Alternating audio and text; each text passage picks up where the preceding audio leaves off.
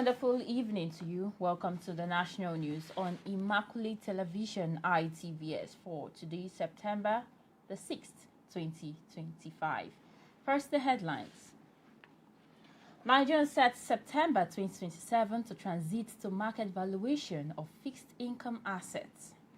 And Northern Christians urge Tinubu to resettle displaced persons in Benue, Plateau, and Borno states. And Tinubu ends 10-day Lagos working visit, returns to Abuja. And in sports, FIFA Under-20 World Cup, Nigeria qualifies for round of 16 to face Argentina. And now the news in detail. I am Grace Ugalahi. Nigeria has set September 2027 deadline to begin full implementation of the International Financial Reporting Standards, IFRS 9, which requires market-to-market valuation of all assets. The Director General Securities and Exchange Commission, SEC, Dr. Agamu, at the weekend outlined key modalities guiding Nigeria's transition to the market-to-market MTM valuation of assets in the fixed income space of the capital market. According to him, the transition framework was a result of engagement with market participants.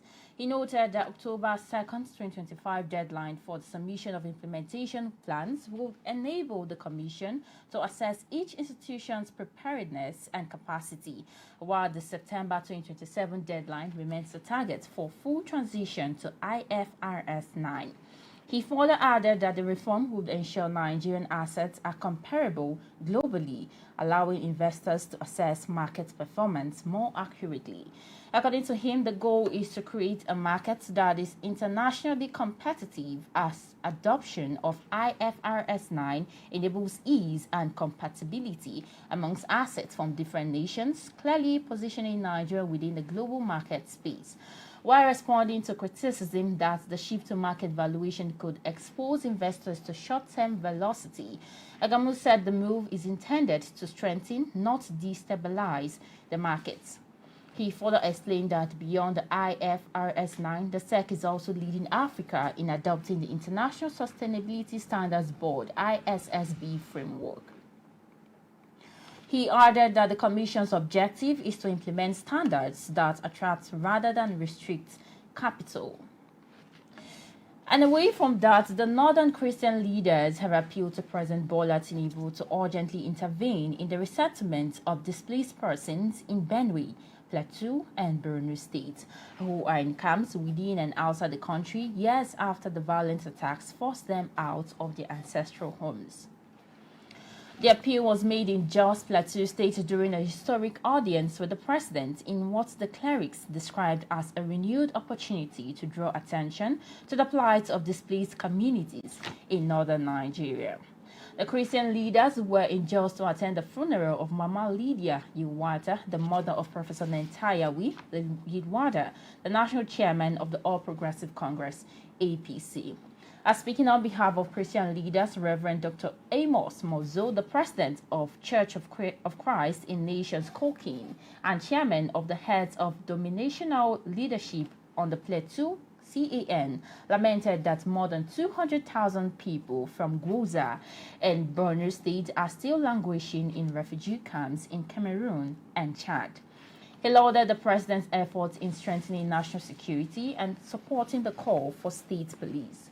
Mazo also expressed gratitude for President's commitment to inclusivity in governance, citing key appointments in Northern Christians such as Senator George Akume as Secretary to the Government in the Federation, General Christopher Musa as Chief of Defense Staff, and Professor Nentayawi Yilwata as National Chairman of the APC. He further appealed to President Tinubu to broaden the inclusion of Christians in his cabinet and in other key positions of authority in the country.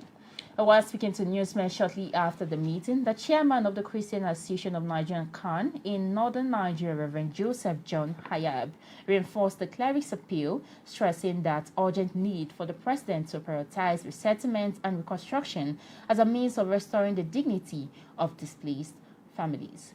The clerics also used the occasion to commiserate with Professor Yilwata, the Nagas nation, and the entire people of Plateau State, praying that God grants them the fortitude to bear their loss. You're still on to the national news on Immaculate Television ITVS. And now to other stories. President Bola Tinubu has returned on Monday to Abuja after a 10-day working visit to Lagos, during which he held a series of high-profile engagements with investors, commissioned projects, and attended national events. According to a statement issued on Monday by his special advisor on information and strategy, Bayo Onanuga, the president arrived in Lagos on Friday, September 26th, after attending the coronation of the Olubadan of Ibadan land, Oba Rashidi Ladoja in Ibadan. The statement also added that the 65th independence of Nigeria, the president visited Imo State to inaugurate projects executed by Governor Hope Uzodinma and unveiled a book authored by the governor chronicling a decade of All Progressive Congress in government. The president also visited Jos, Plateau State on Saturday, October 4th, to attend the funeral of Mama Lydia Yilwata, the mother of APC National Chairman Professor Nantawi Yilwata. At the ceremony, Tinubu paid tribute to the late monarch and assured Christian communities in northern Nigeria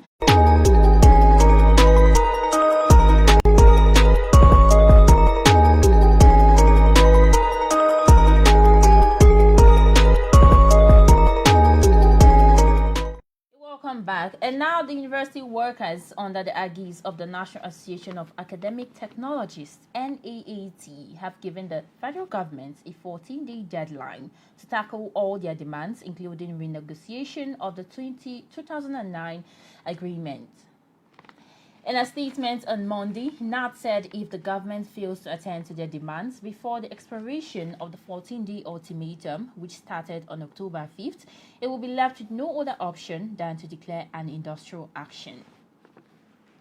The president of NAT, Comrade Ibaji Wokoma, said that though it was open to dialogue, it will not give any further notice if there was no action from the government after 2 weeks. He stated that the ultimatum was sequel to the outcome of the 60th regular meeting of International Executive Council, NEC, presided over by Comrade Nkoma at the Federal University of Lafia over the weekend. And now to Anambra State. The Anambra State Police Command has arrested a 46-year-old man, Ogbadibo Emmanuel, identified as the prime suspect in the gruesome murder and beheading of Mrs. Obianigu Akubi, a 69-year-old woman, at the Umwari in Anambra East local government area in July 2024. The State Police Public Relations Officer PPROS Pito Chukwuikenga said in a statement that operatives attached to the Rapid Response Squad, Akuzu, acting on incredible intelligence, stormed a Gulari in Anambra East and apprehended the suspect, who had been on the run for over a year. According to Ikenga, upon interrogation, Anumudo confessed to the crime and gave useful information that led to the identification of other members of the gang involved in the murder and beheading of the elderly woman. The police spokesperson assured that intensive efforts are ongoing to apprehend the remaining gang members and bring them to justice, adding that further updates on the case will be made public in due course. And now to the world of sports. Nigerian Flying Eagles secured a place in the round of 16 at the ongoing FIFA Under-20 World Cup in Chile after a 1-1 draw with Colombia in Talca on Monday morning. Colombia took the lead in the 51st minute through Kenneth Gonzalez, but Nigerian fought back and equalized late on when Captain Daniel converted a penalty after Tahi's shot was handled in the box. The goalkeeper Ebenezer Harcourt made crucial saves earlier in the game, while Magana and Suleiman Sani also came close to scoring for Nigeria. The result set up for a round of 16 clash between Nigeria and Argentina on Wednesday at the Estadio in Santiago, a rematch of the last year's quarterfinal where the Flying Eagles won a 2-0. Norway also confirmed their place in the next round after playing out a 1-1 draw with Saudi Arabia. The round of 16 fixtures will take place between Thursday and Friday. And still in sports stories, Kwara United have sacked their head coach Tunde Sani after a team suffered a 1-0 home defeat in Abia Warriors in Sunday's Nigerian Premier League football match NPFL, which took place on 7th. The decision followed the club's recent poor performance, including their early exit from the CAF Confederation Cup, where they lost 5-3 on the aggregate to Asante Kotoko of Ghana. In the meantime, assistant coach Ashifat Suleiman has been directed to take charge of the team until a new head coach is appointed. And that brings us to the end of the national news on Immaculate Television. But before we go, here's a highlight of the major stories. We brought you news that Nigeria has set September 2027 to transit to market valuation of fixed income assets. And Northern Christians have urged Tinubu to resettle displaced persons in Borno State, Plateau, and Benue. And also, the president of Nigeria, Tinubu, has ended his 10-day Lagos working visit and returned to Abuja. And also, N880 has issued a warning strike to the federal government. And police has nabbed a man for beheading a 69-year-old woman in Anambra. And in the world of sports, we brought you that the FIFA Under-20 World Cup in Nigeria has qualified for round of 16 and set to face Argentina. The news was compiled and edited by Tolu Lope Fagbola and Essie Miracle. It was brought to you by Grace Ogalahi. Many thanks for listening, and bye for now.